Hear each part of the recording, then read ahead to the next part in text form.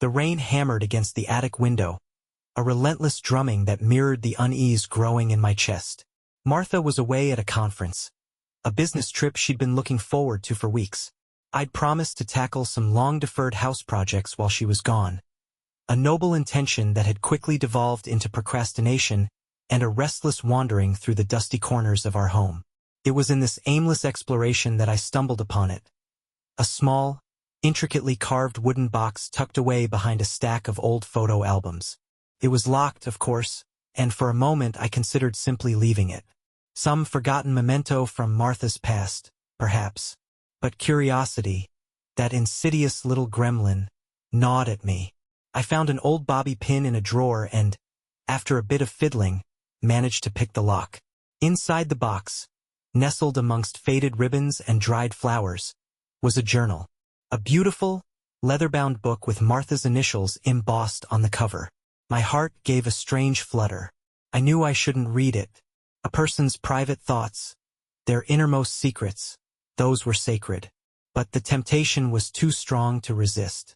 I told myself it was out of concern. Martha had been distant lately, quiet. Perhaps this journal would offer some insight, some clue as to what was troubling her. I opened the book, my fingers trembling slightly. The first entry was innocuous enough, a recounting of her day, a description of a new dress she'd bought, the usual minutiae of daily life. But as I continued reading, the tone shifted, subtly at first, then with increasing candor. It wasn't just about her day. It was about him, a man named Julian, colleague apparently. The words started to blur as I read on, a growing sense of disbelief washing over me. Martha, my Martha, the woman I loved, the woman I had built my life with, was writing about feelings for another man. Feelings that went beyond mere friendship. Feelings that were intimate, passionate. The journal entries became more explicit, detailing stolen moments, whispered conversations, a shared lunch that had apparently held some profound significance. I felt a coldness spread through me, a numbness that settled in my limbs. I kept reading, compelled by a morbid curiosity, each word a tiny shard of glass piercing my heart. It wasn't just Julian. There was another man, a fitness instructor she'd met at the gym. And another, a man she'd encountered at a conference months ago. Each entry was a betrayal, a violation of the trust one had placed in her. The rain outside intensified, the drumming against the window now a deafening roar in my ears. I felt like the world was tilting, the solid ground beneath my feet crumbling away. I closed the journal, my hands shaking. I wanted to scream, to rage, to lash out. But all I could do was sit there in the dusty attic, the weight of Martha's betrayal pressing down on me. A crushing, suffocating weight. I knew, in that moment, that everything had changed. Everything. The journal lay on the dusty attic floor, a silent testament to Martha's deceit. I closed the wooden box, the click of the latch echoing in the sudden quiet of the house. The rain had subsided, leaving behind a damp, heavy stillness. I carried the box downstairs, my movements mechanical, my mind reeling. I needed to understand. Not just the what but the why. Why would Martha do this? We had a good life, or so I thought. A beautiful home, comfortable finances, a seemingly loving relationship. Had it all been a lie? A carefully constructed facade masking a deep-seated unhappiness? I sat in the living room, the journal on the coffee table in front of me. A dark, ominous presence. I didn't open it again. Couldn't. The words I had already read were burned into my memory, each phrase a brand seared onto my soul. I thought about Martha, her smile, the way she laughed, the little quirks I had always found endearing. Were those genuine, or were they just an act, a performance designed to deceive me? The questions swirled in my mind, a chaotic storm of confusion and hurt. I tried to rationalize it. Maybe it was just a fleeting infatuation, a harmless crush that she had documented in her journal as a way of processing her feelings. But the entries I had read, they weren't just about fleeting infatuations. They were detailed, intimate, filled with a passion that I hadn't felt from her in years. The realization hit me like a physical blow. Martha had been unfaithful. Not just emotionally but physically. The image of her with another man, with multiple men, flashed through my mind, a searing, painful image that made my stomach churn.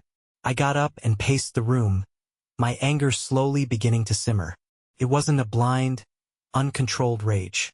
It was a cold, calculating anger, the kind that settles deep in your bones and festers there. I felt betrayed, humiliated, violated. Martha had not only broken our vows, she had shattered my trust in her, in our relationship, in everything I thought we had.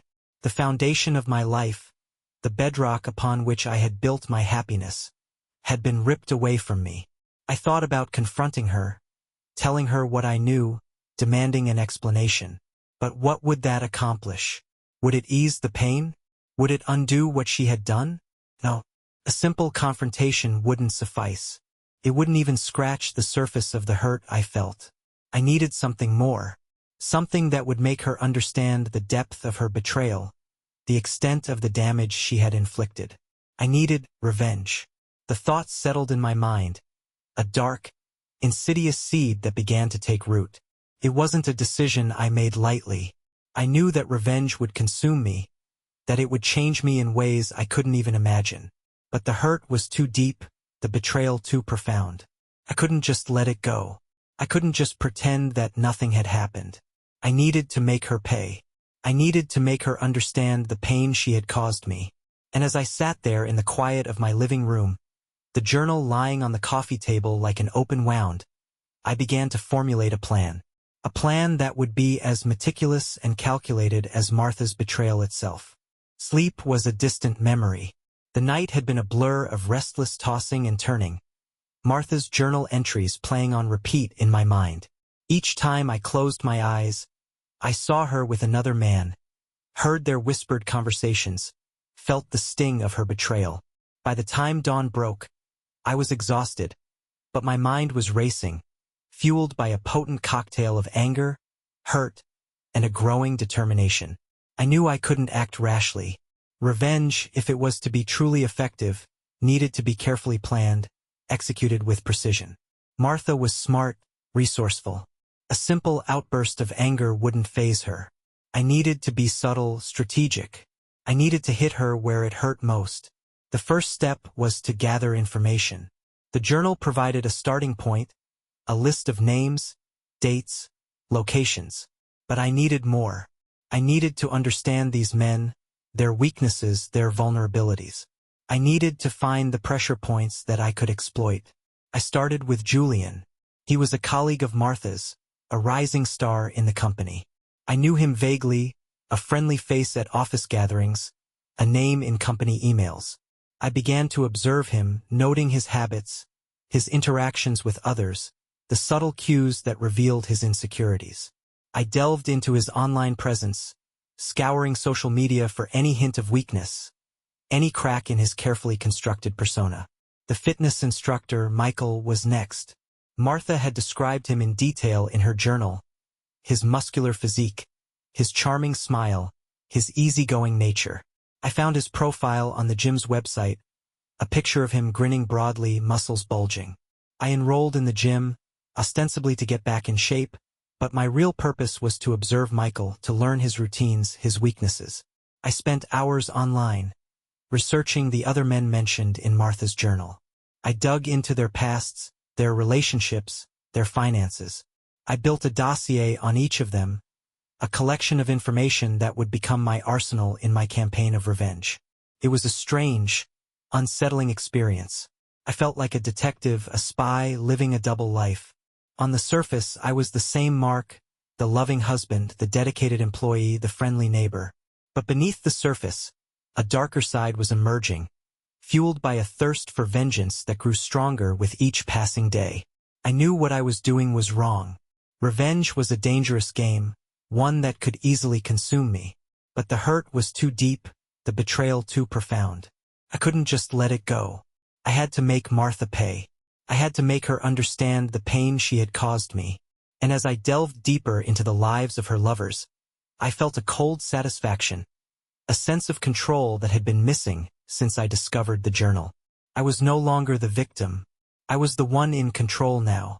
and I was going to use that control to exact my revenge. My first target was Julian.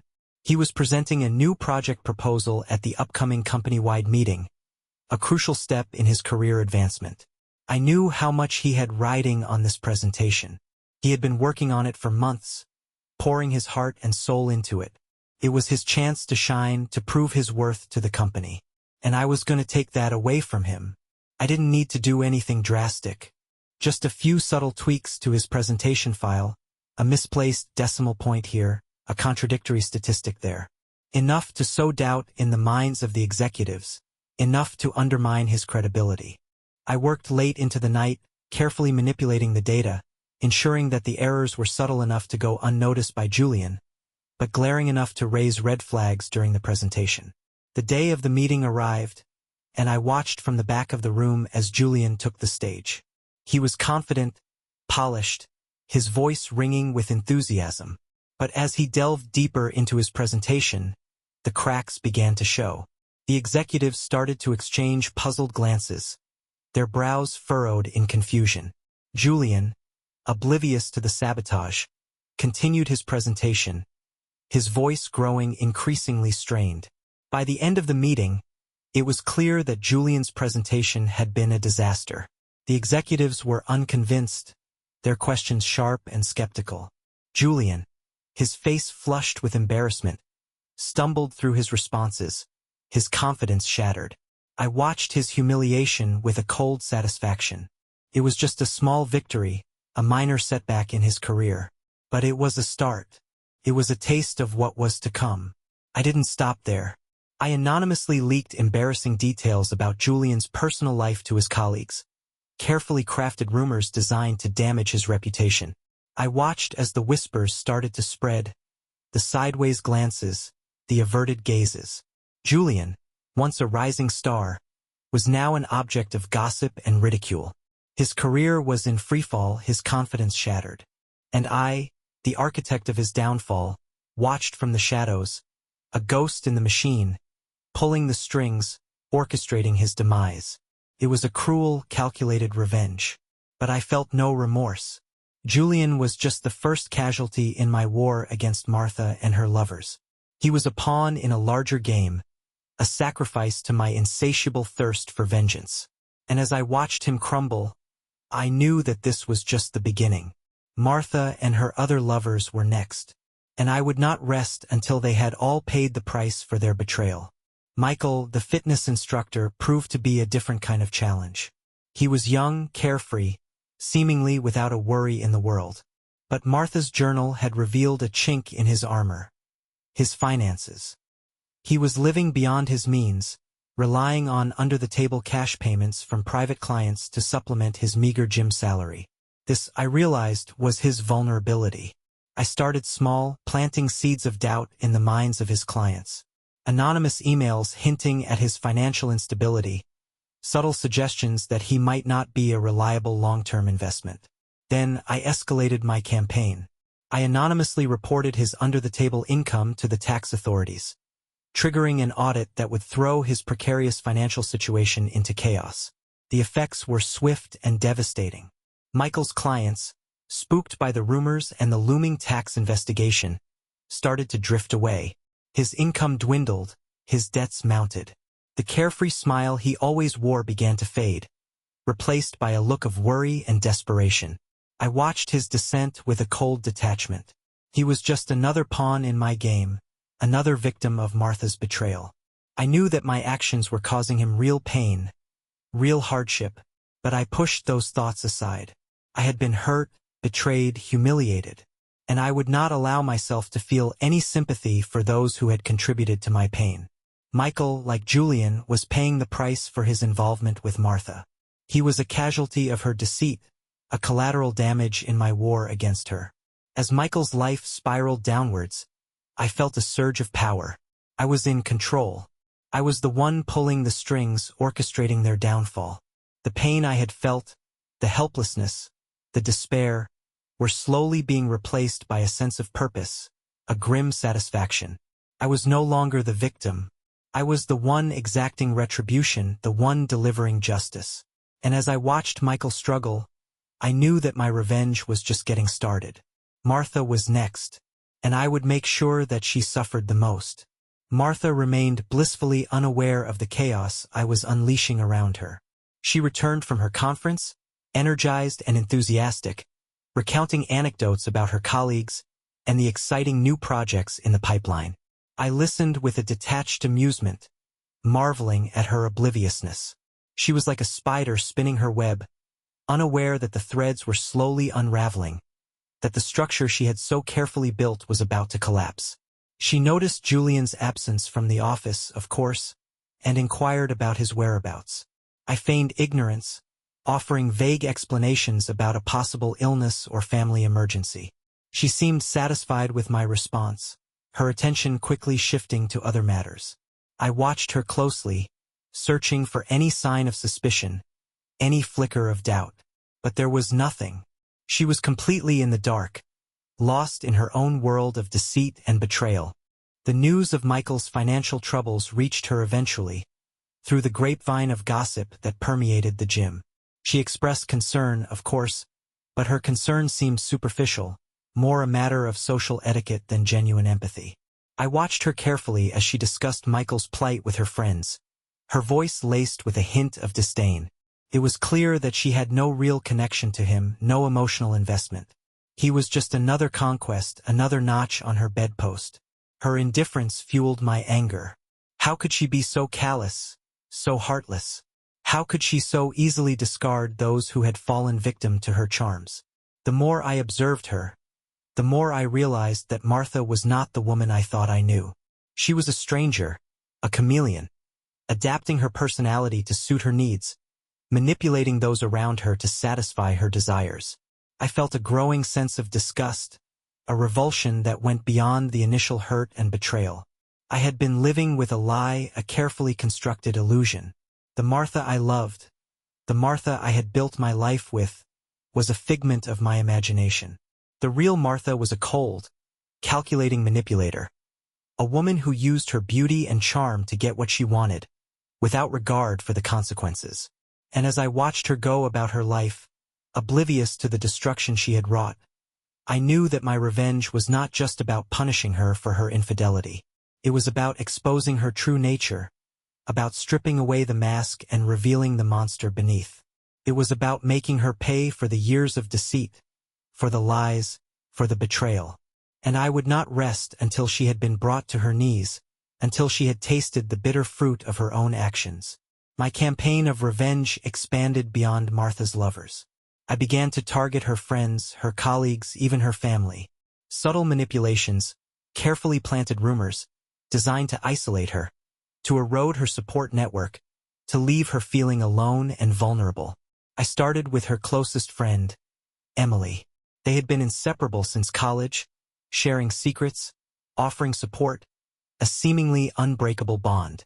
I began to sow seeds of discord between them, anonymous emails hinting at betrayals, fabricated stories designed to create suspicion and mistrust. It wasn't long before cracks began to appear in their friendship. Arguments erupted, phone calls went unanswered. Their once frequent gatherings dwindled to awkward encounters filled with strained silences. I turned my attention to Martha's colleagues. I spread rumors about her competence, her work ethic, her integrity. I subtly sabotaged her projects, creating obstacles and delays that frustrated her and undermined her credibility. Her colleagues, once friendly and supportive, began to distance themselves, their smiles replaced by wary glances and whispered conversations. Even Martha's family wasn't immune to my machinations. I planted seeds of doubt in her parents' minds, hinting at financial impropriety, suggesting that she was taking advantage of their generosity. Her relationship with her siblings became strained, their once close bond frayed by suspicion and resentment. Martha, sensing the shift in her relationships, became increasingly withdrawn and anxious. She confided in me, her voice trembling with frustration and hurt. I listened patiently, offering words of comfort and support, all the while reveling in her growing isolation. I was like a puppeteer, pulling the strings, manipulating the people in her life, orchestrating her descent into loneliness and despair. It was a cruel, calculated strategy.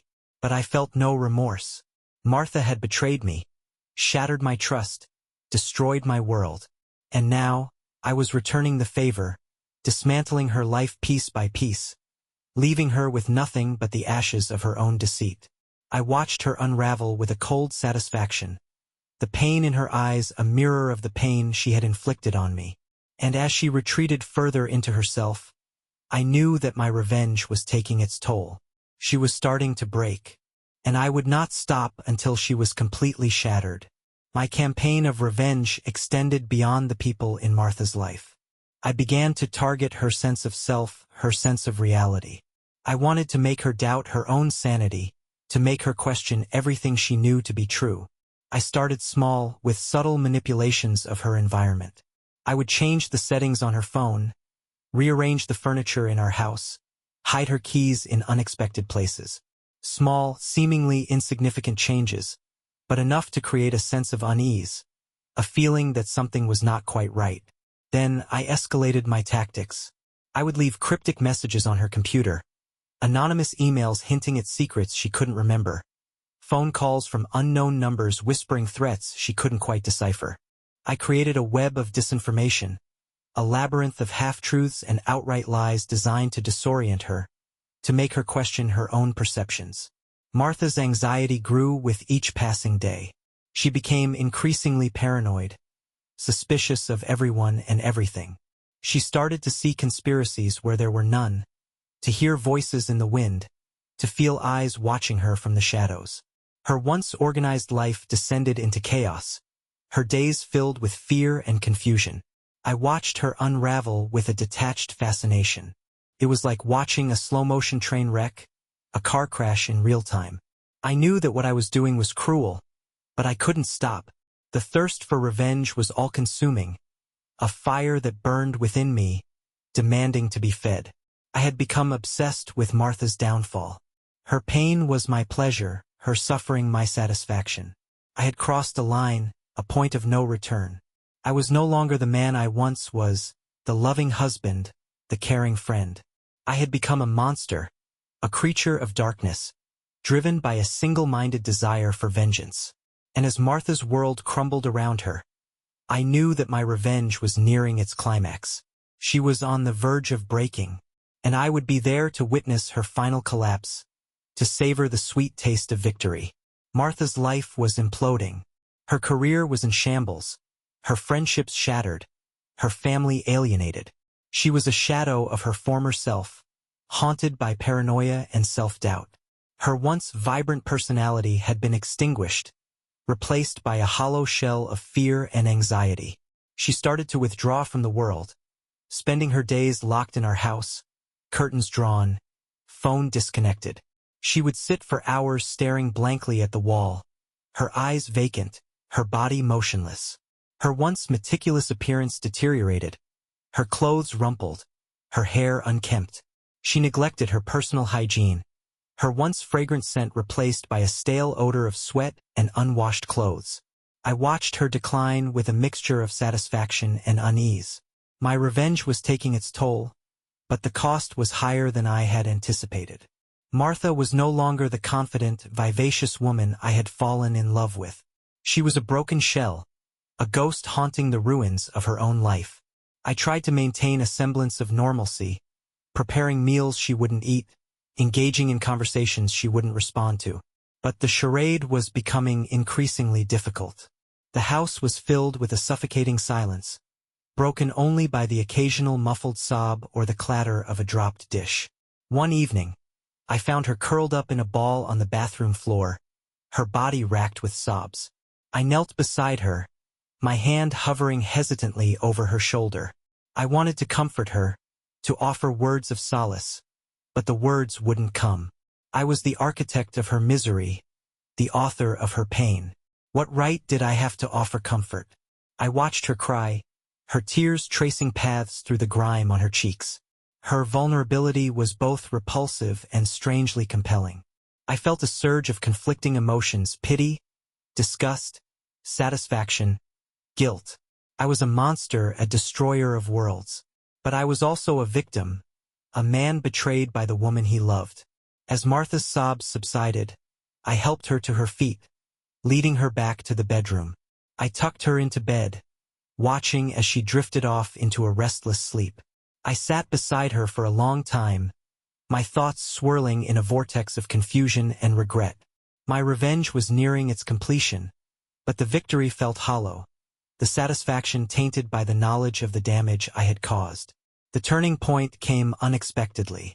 I was working late one night, immersed in my twisted game of revenge, when I received a frantic phone call from Martha's mother. She was incoherent, her voice trembling with fear and panic. Martha had disappeared. I rushed to her parents' house, my mind racing. Had she run away? Had she harmed herself? The questions bombarded me, fueling a growing sense of dread. Martha's parents were distraught, their faces etched with worry and despair. They had no idea where she could have gone, who she could be with. I joined the search, scouring the streets, calling hospitals, contacting the police. Hours turned into days, and still there was no sign of Martha. The initial panic gave way to a gnawing fear, a chilling realization that I might have pushed her too far. I returned to our empty house, the silence deafening. I wandered through the rooms, each one a testament to Martha's absence. The scent of her perfume lingered in the air, a faint reminder of the woman who had once filled these spaces with life and laughter. I went to the attic, drawn by a strange compulsion. The wooden box containing Martha's journal was still there, hidden behind the stack of old photo albums. I opened it, my fingers trembling. The journal lay open to the last entry, the words blurring as I read them. It was a confession, a plea for forgiveness. Martha wrote about her regrets, her shame, her desperate longing for redemption. She wrote about the pain she had caused, the trust she had broken, the love she had betrayed. She wrote about the emptiness she felt, the isolation, the fear. And then, the final words, scrawled in a shaky hand, "I'm sorry. Please forgive me." I closed the journal, my heart pounding in my chest. The realization hit me like a physical blow. I had been so consumed by my own pain, my own thirst for revenge, that I had failed to see the pain I was inflicting on Martha. I had become the very thing I despised, a monster who reveled in the suffering of others. The guilt was overwhelming, a crushing weight that threatened to suffocate me. I had destroyed Martha's life, and in doing so, I had destroyed my own. The revenge I had so desperately sought had brought me nothing but emptiness and despair. The search for Martha continued, but my heart wasn't in it. The police conducted their investigation, following leads, interviewing witnesses, but their efforts yielded no results. Days turned into weeks, and the hope of finding Martha alive dwindled with each passing hour. I withdrew further into myself, isolating myself from friends and family. I couldn't bear their pitying glances, their whispered condolences. I was a pariah, a social outcast, shunned by those who once considered me a friend. My work suffered, my performance plummeting. I couldn't concentrate, couldn't focus on anything but the gnawing guilt that consumed me. My colleagues, sensing my distress, offered words of encouragement, but their words rang hollow. They didn't understand the depth of my despair, the burden of my guilt. I spent my nights wandering the streets, haunted by memories of Martha. I would revisit the places we had been together, the restaurants we had frequented, the parks where we had strolled hand in hand. Each location was a reminder of the life we had shared, the love we had lost. One night, I found myself at the bridge where we had first met. It was a cold, blustery night, the wind whipping through the trees, the river churning below. I leaned against the railing, gazing out at the dark water, my thoughts swirling in a vortex of despair. I remembered the day we met, the way our eyes had locked across the crowded room, the spark of connection that had ignited between us. I remembered the joy of our courtship, the excitement of our wedding day, the happiness of our early years together. And then, the memories turned dark, the joy replaced by pain, the love by betrayal, the happiness by despair. I saw Martha's face, her eyes filled with hurt and confusion, her voice pleading for forgiveness. I couldn't bear the weight of my guilt any longer.